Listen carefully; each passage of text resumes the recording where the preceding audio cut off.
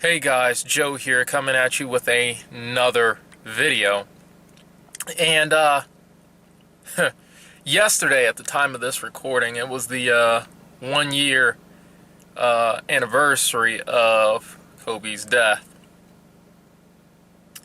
I looked at this video and I talked about it in one of my, a video that I made months and months ago, before anybody caught on. And truthfully, by the time you see this recording, by the time this is posted, I should say, barely anybody will see it. But you know, it's like my channel is not known at this point, not by many.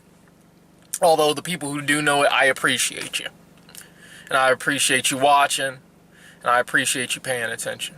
But I digress.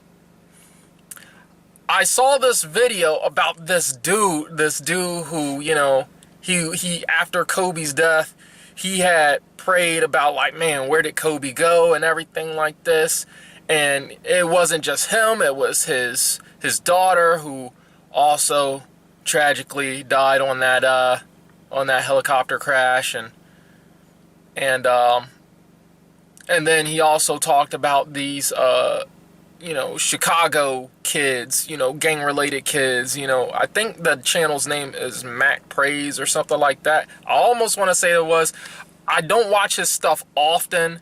I have seen a few videos, but that one that he talked about Kobe and where did he go, that one struck me because it's funny when we ignore, we grieve and do all this stuff for people around us, and and especially these athletes, and so Kobe Bryant, right? And all it makes me want to ask is, where's your soul going? He described, you got to see the video. I'm not saying that what he said in there was real, but think of it as a thought experiment. At the very least, think of it as a thought experiment.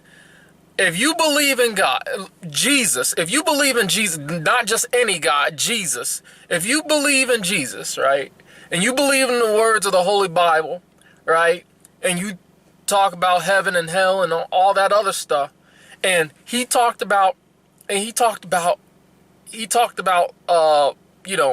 his dreams and, these kids and all this other stuff, this would be a real thought experiment.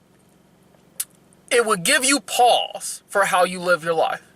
He talked about how these kids, he was talking about the gang-related kids. That's the first thing, and that's the one that struck me the hardest, because it was like, man, he was in this light and everything. You got to go see the video. He was in this light. There was these kids, and I guess there was these types of towers that looked like apartment buildings or something like that. And there was these kids running back and forth all day long, just shooting each other. And then there was fear in their eyes. And when they got hit, they wouldn't die. And they would never get used to it. And they wouldn't die, and they would do it all over again, and they would feel the pain of getting shot and all this stuff, and that's what they did for all of eternity. I'm not saying that's what. And then he spoke about Kobe, and then he was like, well, he might not have made it, And he said, you have to go watch the video. I don't want to misrepresent this dude, but I might just post it in the description, but that video in the description.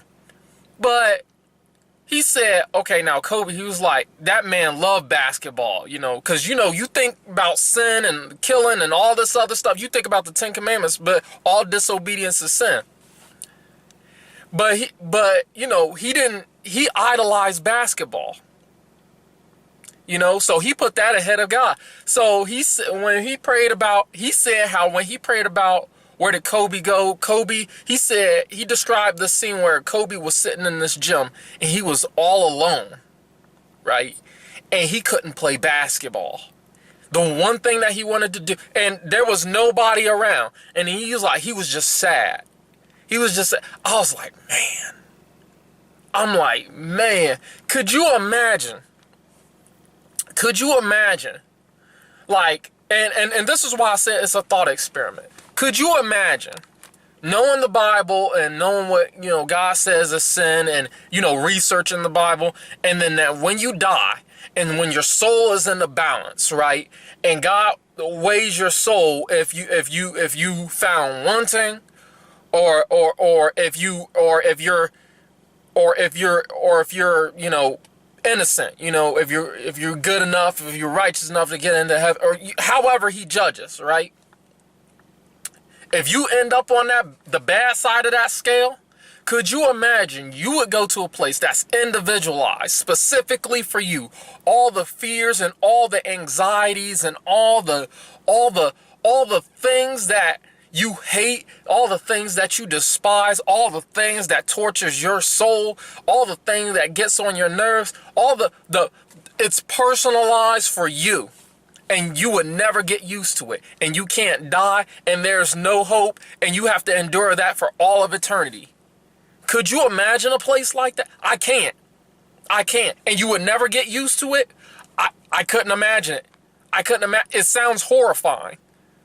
Whatever you did on this earth is somehow that's what he was talking about. Now, I'm not saying that's what it's really like. I don't know. But that should give you some pause. Could you imagine if there was a place made specifically, even if y'all all go, even if there is a lot of people in hell, but you're isolated and you're forced to relive, horrific moments, or your sin being done to you, right? Or the killings, and the thing that got me when he said in the video, he said that down there is no God. And it's not like he was talking about that God doesn't exist. He was talking about, you don't understand. You don't have a prayer. You don't have hope. You don't have nothing. There's nothing to smile about. I can't imagine that. I'm gonna link it down. You go watch the video.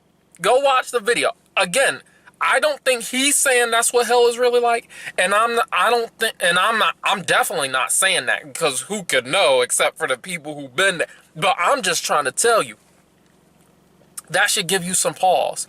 So if you like what I'm talking about, please subscribe to the channel. Please leave a like, comment down below, keep the discussion going, and hopefully we can get some more subscribers. I mean, man, because I really want this YouTube thing to take off, but I also know that it's more important than getting notified. That it's more important to do God's work. So thank you guys for watching, and I'll see you guys later.